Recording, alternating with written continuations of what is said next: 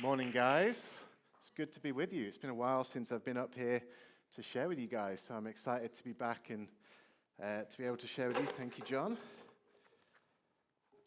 So, for those of you who were around last week, you'll know that we actually began a new series called Finding God's Will. Now, the reason we're doing this series is because we know that this is a question that every person who considers themselves to be a follower of Jesus will ask at some point, that God, what is your plan for my life? What is your will for my life? And even those of you in the room who may not consider yourself to be a Christian, you still find yourself asking these questions. What am I here for? What am I supposed to be doing with my life? And we know that these can be difficult questions. You know, maybe the question is, which school should I send my kids to? Once I've finished university, what job should I get? Where should I actually live? Maybe you're asking questions about relationships. Should I ask that girl out or should I not? Is this the one that I should be proposing to or is she not? Maybe it's the question of, is this the right time to buy a house? Maybe it's just a smaller question like, should I go and hang out with my friends tonight, or should I stay home and study? Maybe it's a question of, is it the time to look for another job? Or how should I approach this issue that my child is struggling with? There are so many questions that we face in life, and it can be pretty exhausting, right? As we seek to discern God's will in these things, it can be pretty exhausting. It actually reminds me of a book that I used to love as a child. Does everybody know the book Where's Wally? Any Where's Wally fans in the room? If you're from another country, you may know it as Where's Waldo.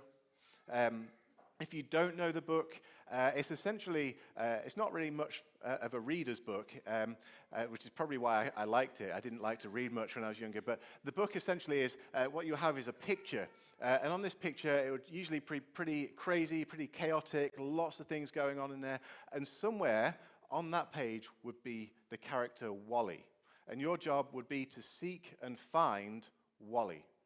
And sometimes, you know, as you're looking through it, there's all these things that kind of look a little bit like Wally, but not exactly him. And so they're there to kind of throw you off. And there'll be certain pages where you kind of look through, and it'll be easy to find him. You'll find him in a couple of minutes. Then there'll be other things that it will tell you to find, like you'd have to find Wally's dog, and then you'd search for Wally's dog. But there'll always be that one page that would be an absolute nightmare. No matter how hard you looked, you just couldn't find him.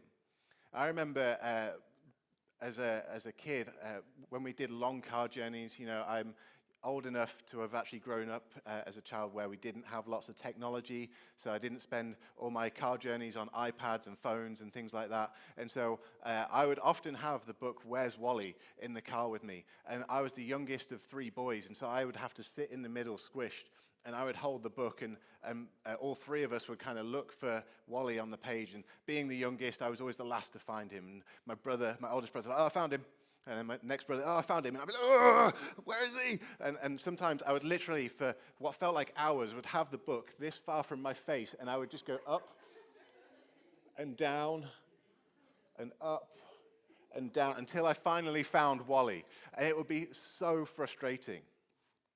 I feel like sometimes trying to find God's will for our lives can feel a little bit like those pages where you just cannot find Wally. We often find ourselves in this situation just getting frustrated, like, God, why can't it just be simple? Why can't you just give us a really clear sign that would make it so much easier for us to understand your will? Then we could just get on and do it, right? You know, we often find ourselves wanting the voice from heaven telling us exactly what the right answer is, or we want our own personal angelic visitation that just makes it clear what we're supposed to do. I mean, to be honest, I'd just be happy with an email, like just present my question to Jesus, and I get an email from Jesus. Hi, Ian.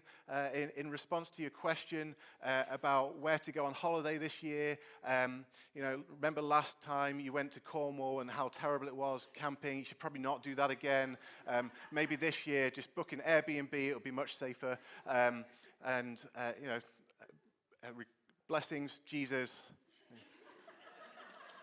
P.S. I love you. I'd take that. That would be nice. We want the big sign. We want it to be something clear and obvious that's just easy for us to be able to follow. But rarely do we ever actually find that that's the case.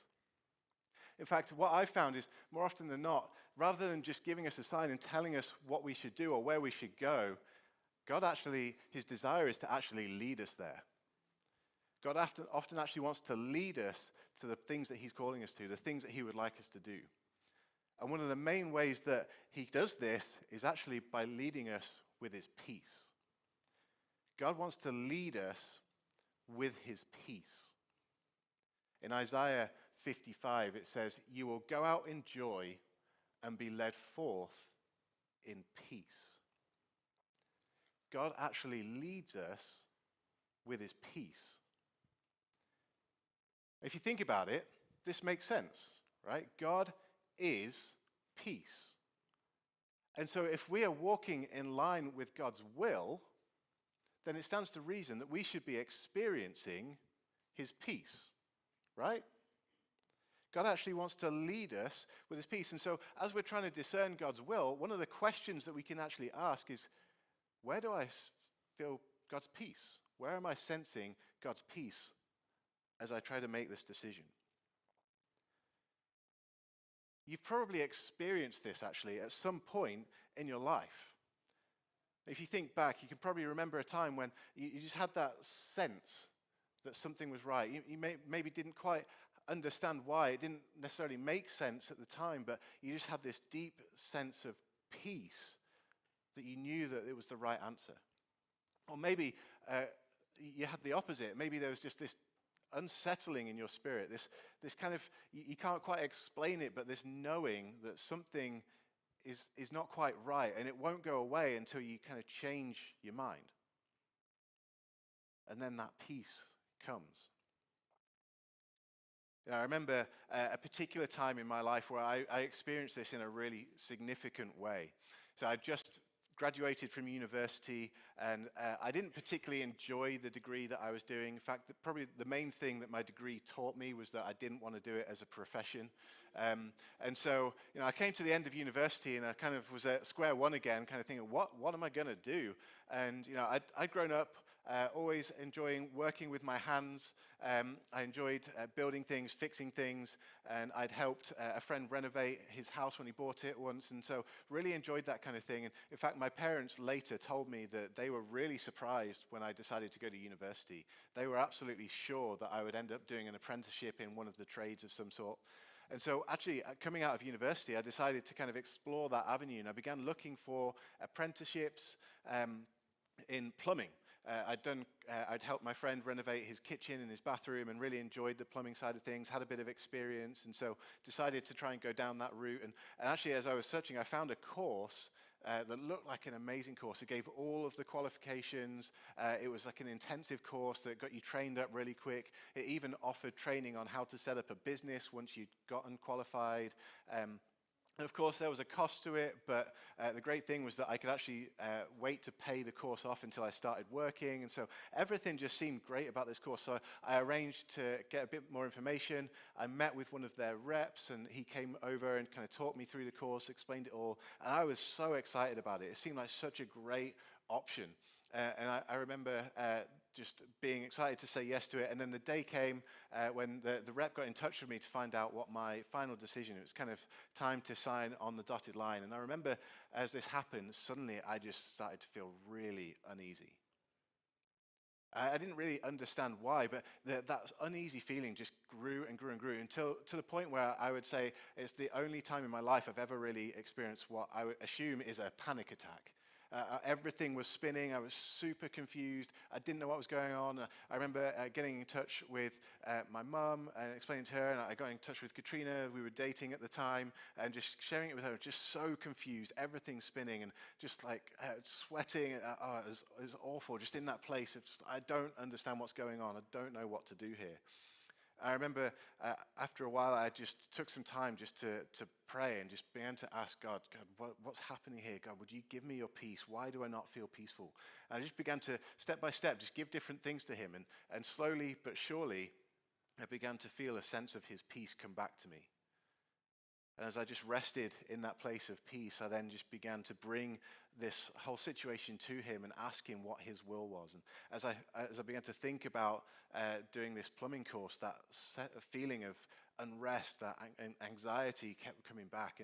And as I thought about not doing it, just a real sense of peace would come back. And I couldn't really explain why. Everything made sense that this course would be right. I was excited about it. All the things seemed like it was an open door. But I just began to realize that even though it seemed like a good idea, that was actually God just was directing me away from something that he didn't have planned for me and into something else.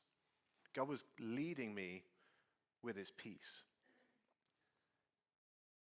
I'm sure you've had your own experiences at times where you've experienced God's peace just leading you into something that he desires.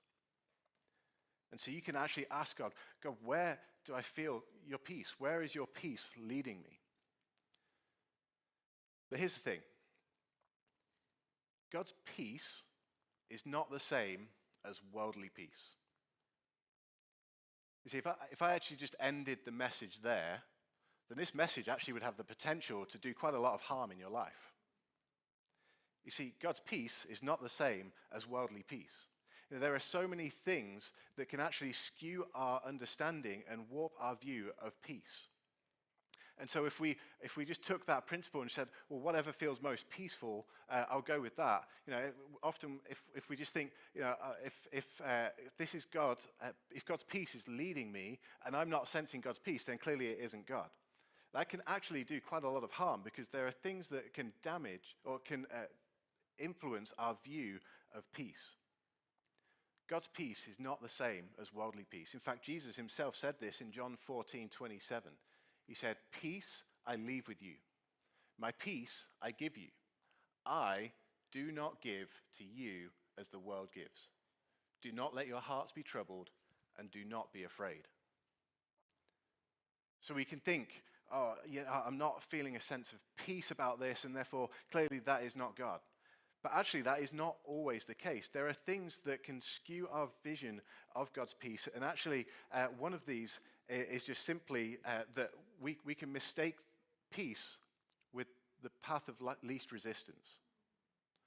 Often what is the path of least resistance feels like the most peaceful thing. You know, when we feel challenged by something, our initial response is not always that of peace, right? When we're stretched out of our comfort zone, that is not always a peaceful experience. And actually, often God calls us to a life of faith. He calls us to take steps of faith, and faith requires risk. Risk is not always the thing that feels, in the moment, the most peaceful experience. Sometimes in those moments, peace is actually something we have to work to attain. I think, again, you probably know what this feels like, right?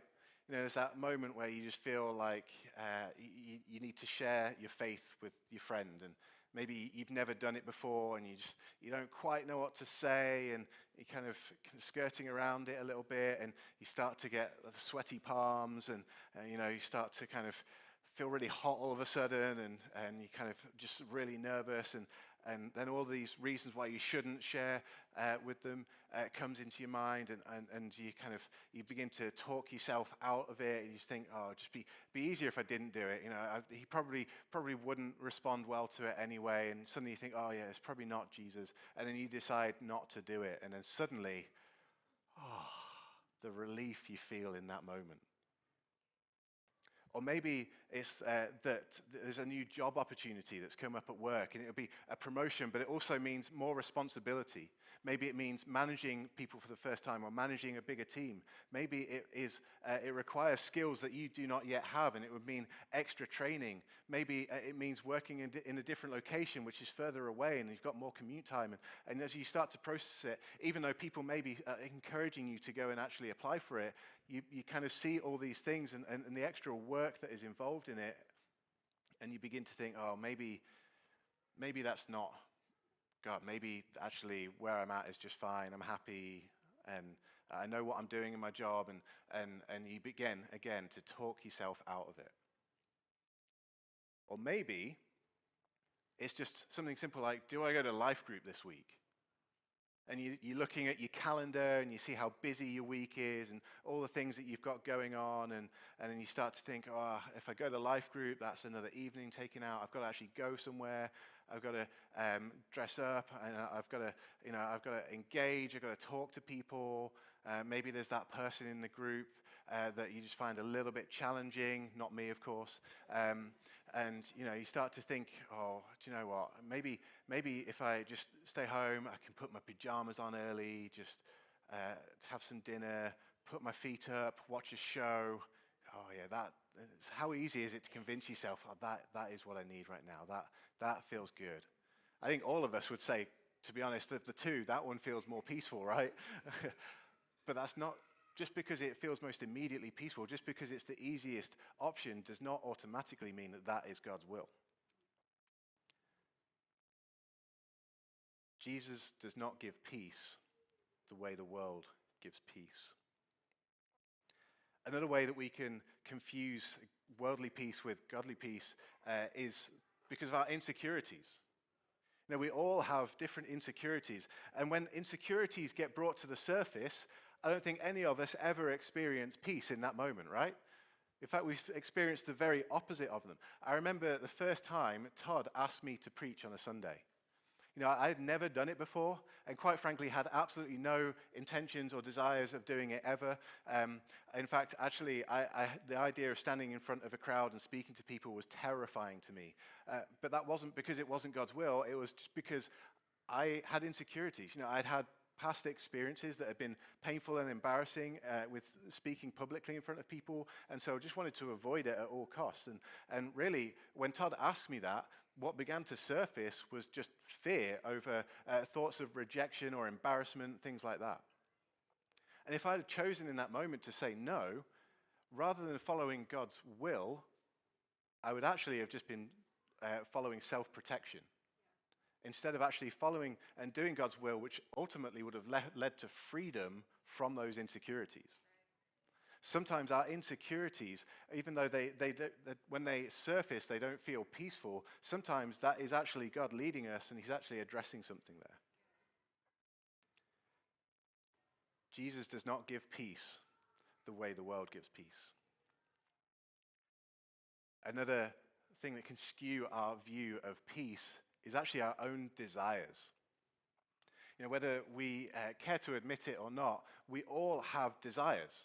Sometimes those desires are good, sometimes they're not. Sometimes they're in line with God's will, and sometimes they're not. But those desires can be incredibly powerful persuaders. They have an incredible ability to skew our view of a situation. Let me give you an example. How many of you have ever been and done a grocery shop when you're really hungry? How hard is it to not buy the entire store? I guarantee you, if I go and do a grocery shop when I'm hungry, it's going to cost more than it normally does. There's all kinds of things that are going to work their way into that basket, because we can easily, out of that place of desire, we can easily justify things that we actually don't need. I'm actually pretty bad at it when I'm not hungry, but particularly bad when I am hungry. That's why Katrina does the grocery shop. Let me give you another example. Anyone ever been in love? How persuasive can those feelings be? When you've got all those emotions going on, the validation that you feel from it, the acceptance and the excitement of it all, how hard is it to maintain objective judgment in that situation? I think many people out of that place, as they're trying to discern God's will, can get into some pretty dangerous places and make some pretty terrible mistakes, because our desires are telling us one thing that isn't necessarily in line with God's peace. Jesus does not give peace the way the world gives peace. But I think perhaps that one of the biggest areas where we struggle with this most in our culture is when it comes to logic. Now, I'm a very logical thinker. a very rational processor. And so I think this is pretty reflective of how we are taught to make decisions as a culture. You know, when I have to make a decision, my brain automatically goes to what are all the pros and cons. And I start to just either mentally or literally just write them out and just kind of go through them and just make the decision based on what seems to be the best option based on all the different pros and cons. And this is, I think, how many of us make decisions. We base it on pros and cons. You know, if I was to say to you that, or if you were kind of just deciding whether to quit your job or not, and you have no prospects after that, you have nothing lined up to provide for you, put food on the table for your family, that kind of thing, and you're weighing up the pros and cons, it would be pretty insane to think, yeah, it would be a good idea to quit your job. And yet, that actually may be God's will. And we know this because actually we see an example of this in Scripture. Many of you know Abraham, who was known as the father of many nations. He's a hugely influential figure in the Old Testament that God used in an incredible way. But his journey, his beginning with God, actually has a really fascinating beginning. In Genesis, it says this: "The Lord had said to Abram, 'Leave your native country, your relatives, and your father's family, and go to the land that I will show you.'" So God says to Abraham, or Abram, who later would become Abraham, he says, leave your native country, your relatives, and your father's family. Leave everything that you've ever known. Leave your sense of security, your sense of belonging, leave your family, leave it all and go. Now, think about this for a minute. In our culture, it's pretty normal to move away from family, but actually back then in his culture, this would have been a huge, huge deal. You see, family was really important. It was actually a form of provision and a form of security. You know, as a parent would get older and their kids grew into adults, they would then begin to take care of their elders. And then they would have children who eventually would then take care of them. And if they didn't have children, then the family network around them would also act as support, especially if something tragic was to happen to where they couldn't provide for themselves. And so this idea of moving away from family was not just a small thing. This would have actually had the potential to create some real damage relationally amongst his family. This could have essentially been ending the relationship. And particularly if you know Abraham and Sarah's story, you'll know that at this point, they've been unable to have children. And so they have no future prospects of someone being able to come up and take care of them as they get older.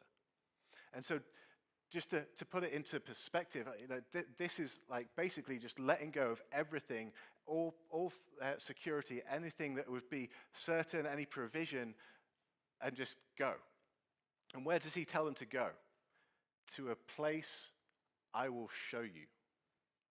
Wow, what an offer.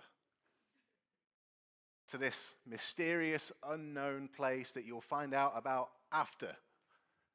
I mean, this is like me saying to all of you, all right, I want you to quit your jobs. I want you to sell all your possessions, give them away, whatever you need to do. Pack only what you can carry. Get everybody loaded into the car and head to the airport. I'll meet you there, and then I'll let you know where your future awaits. How many of you feel peaceful about that? Anyone feel good about doing that? This is essentially what God is asking Abraham to do. You can kind of imagine Abraham kind of going through the logical approach here, kind of just writing down the pros and cons. All right, I'm going to start with the cons. I've got to say goodbye to my family, all my loved ones. This could be pretty damaging for our relationship. I've got to pack the house up. I've got to get everything loaded. Sounds like it's going to be a pretty long journey. Doesn't sound all that enjoyable. Got to persuade the wife. All right. Let's look at the pros.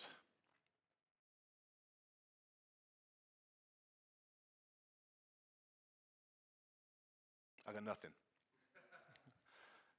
That's literally the decision that he was faced with. If he was to go down the logical approach, and if we were Abraham's friend and he came to us and presented this idea to us, I think we'd be like, hey, Abraham, we're good friends. We go way back, right? I just have to be honest with you. This is the worst decision I've ever seen you make. You really need to think about this more. We kind of, I don't think any of us would go, yeah, this is God. Good, yeah, good. We would probably maybe say, oh, okay, maybe it is God, but maybe you need to just wait until he tells you where to go and then start this process. But if we were to look at this logically, it actually makes no sense that he would go with this. And yet, this is what God was speaking for him to do. This is what walking in God's will actually looked like. Sometimes God's will is not the most logical option. Now, don't get me wrong, that doesn't mean we completely abandon all reason. God gave you a brain. He gave you the ability to think logically, to reason, and to assess things. And actually, I would say a big part of discerning God's will is actually to use that, to actually think things through, to weigh things up, and to assess them. God gave you common sense. It is a blessing from God, and many of us often forget to employ it. And so I'm not saying that you just completely abandon all reason and go with the most illogical option. That must be God's will. I'm just saying that actually God has a very much a bigger picture than what we have. We only see a small amount of the picture. God has a much bigger picture, and sometimes our logic based on our small picture can actually leave us with a lack of peace or maybe direct us to a different option that feels more peaceful than actually what is in line with God's will. So discerning God's will is not just as simple as what is the most logical option. It's a good tool to assess, but actually God's will often is kind of something bigger than just what seems in that moment to be the most logical option. See, Jesus does not give peace the way the world gives peace. So when we're looking for his peace to guide us, we have to be careful that what we're experiencing is not worldly peace, but godly peace. So the question is, how do we know what we're experiencing? How do we know if it is godly peace or worldly peace? Well, to answer that, I want to give you a definition of the word peace that we saw back in that passage in John 14:27. The word there used in Greek is eirene. I believe I'm pronouncing that correctly, but probably not. Now, this word actually comes from eiro, which means to tie together into a whole. It's essentially where two things are coming together and becoming a whole thing. It's where it speaks of wholeness, it speaks of rest, it speaks of quiet.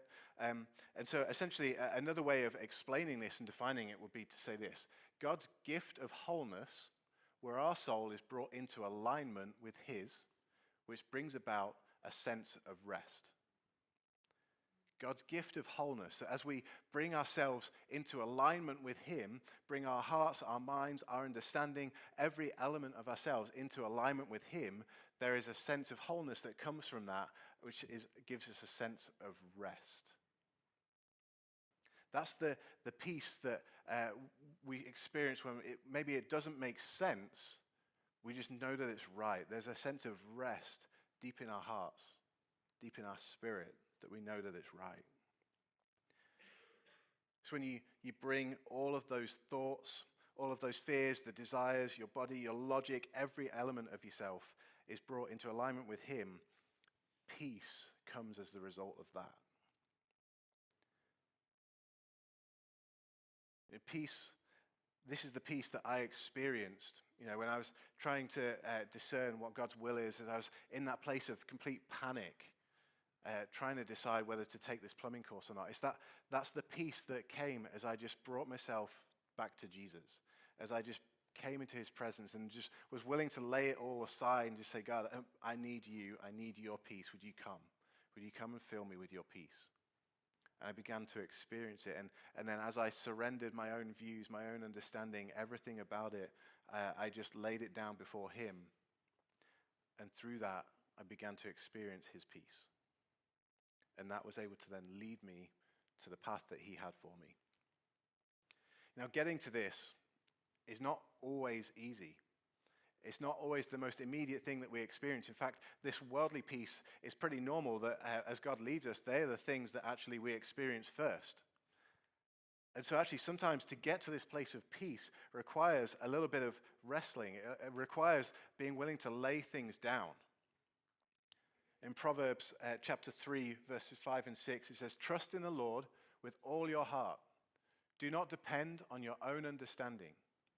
Seek his will in all you do, and he will show you which path to take." So we have to come to a place of complete trust in our hearts in Jesus. That firstly, he has a plan for us, and secondly, that his plan for us is good. And this, as I said, it takes effort. It takes a little bit of wrestling. The writer of Proverbs, he says, do not depend on your own understanding. Now, what do we talk about? One of the main things that we can struggle with in kind of receiving God's peace rather than worldly peace is our own logic, our own understanding of a situation. And actually part of the process of learning to trust in God and actually be led by his peace is that we have to actually be willing to lay them down. We have to be willing to give them to Jesus. We have to be willing to lay down our limited perspective and even understand that we have a limited perspective and just give it to Jesus and let him speak into that place. You know, maybe some of you this morning, you're actually in the position of making some really big decisions, and you've been wrestling with it, and you kind of looked at all the different pros and cons and the reasons why and the reasons why not, and you just still have that unsettled feeling about you. Maybe you're trying to make this decision with somebody else, and you feel like there's kind of tension there, and you've both got different views on why one would be better than the other, and you're wrestling, and there's not unity there, and there's not peace as you make this decision. And my question is, have you laid them down before Jesus? Have you given those things over to him, surrendered them to him, so that you can experience his peace? The writer of Proverbs then goes on to say, seek his will in all you do. Other versions say, in all your ways, submit to him. In other words, be willing to lay down your desires, your insecurities, the path of least resistance. Be willing to lay these things down before Jesus, surrender them to him, again, so that you can actually experience his peace and so that he can show you which path to take.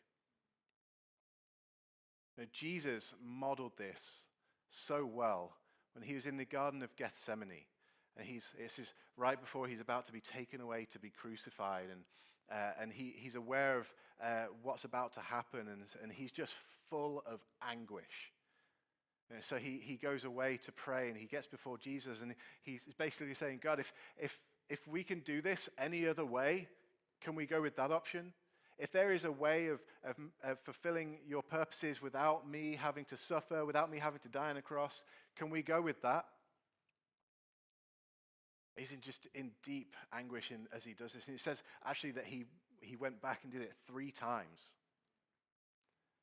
But every time he did it, as he was giving his desires to God, he also surrendered them to God.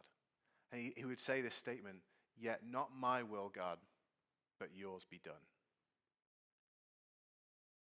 We have to actually be willing to surrender our own desires. If we want to experience God leading us with his peace, we actually have to surrender our desires to him. And this can be a really hard thing to do. Some of those desires, they're real. It means we actually have to be willing to actually lay down desired outcomes. You know, the impact it may or may not have on your children. The career path that you have planned out in your mind. Whether you end up in a relationship or not. You know, these are really big, genuine desires, and they can be very difficult to lay down before Jesus. But it's in laying them down that we're actually able to be led by Jesus and actually be able to experience his peace as he leads us. And the great thing is, if those things are his will, he will allow you to pick them back up again. But if they're not, then you're surrendering something that is actually hindering you from experiencing his good, pleasing, and perfect plan for your life. So we have to come to a place where we're willing to surrender our desires to him. To say, not my will, God, but yours. It's in this process, as challenging, as difficult as it can be, that we're actually able to make sure that what we're experiencing is not worldly peace influencing our decisions, but actually God's peace leading us into his purposes for our lives. One simple practice you can do in order to help you do this, and I've used this a few times myself, is just to as you kind of go through the decision-making process and you're thinking about the pros and the cons and the things that are on your heart and all these different things, just make a list of them. Just make a list of all of them, either in your mind or you can literally write out a list. And as you write them out, either literally or in your mind, just picture yourself placing each one on a table before God.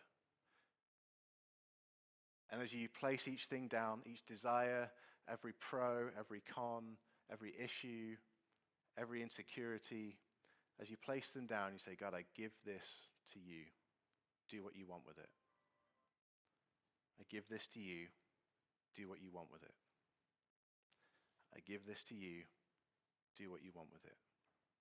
And as you have kind of got to the end and you lay them all down, you just let go of all outcomes, let go of the decision itself and say, God, would you fill me with your peace? Lead me with your peace, God. And just stay in that place. Sometimes it takes time and you just kind of wait until you begin to just feel that sense of rest. And you'll be amazed at how even just laying those things down, how much you realize they are a burden and actually just being free of them brings his peace. So you just begin to receive his peace. And then out of that place, you can then begin to ask God, is there anything you want to say? Is there anything that you want me to pick back up? As we're doing that, we're not picking it back up and saying, God, what about this thing? We've already let go of it. We've laid it down. And we're just simply asking, God, what do you want me to pick up again? And as you pick things up, again, his peace will be with you. His peace will lead you. His peace will guide you into his purposes. Jesus does not give peace as the world gives peace. But he wants to lead you and guide you into his purposes for your life through his peace. So I want to ask you the question this morning, where is God's peace? What do you need to surrender in order to experience God's peace? As we close in a minute, the band are going to come up and they're going to just lead us in a time of worship. But before they do, I actually just want to literally take a moment to pause and just lead you through a prayer as you actually take that step and invite God into your situation and seek his peace to lead you. So band, why don't you come on up? I'm just going to pray and we're just going to take our time. We're not in any rush. I'm just going to ask God to speak and this is a time for you to just bring your own questions to God. The things that you've been wrestling with, maybe there's places where you haven't been experiencing his peace as you try to discern an answer. This is, I just invite you to bring them before Jesus. So Father, Holy Spirit, Jesus, would you come? God, we thank you that you lead us with your peace. God, I thank you that your plans for us are good. They're not to harm us. That you have a purpose for us. Lord, I thank you that you know the question on every heart in this room. Lord, we bring before you these questions.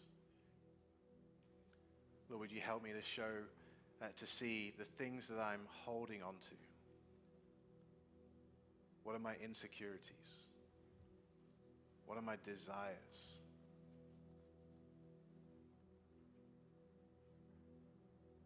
What are my pros and cons? What is my limited perspective? Just take a moment just to ask God yourself.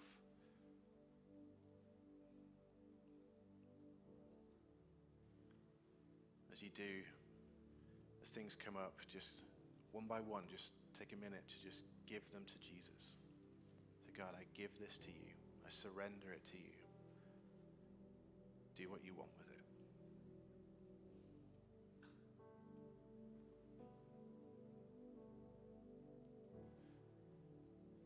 Some of you are wrestling with the fear of the what if.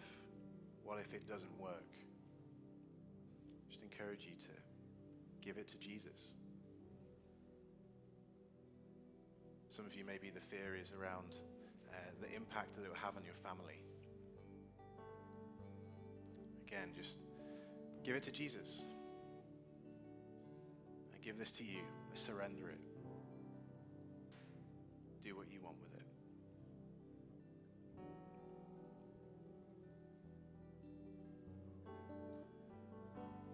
Some of you, it's just a big question mark of, do you have what it takes? Again, just lay it down before Jesus. I give you this. Do what you want with it.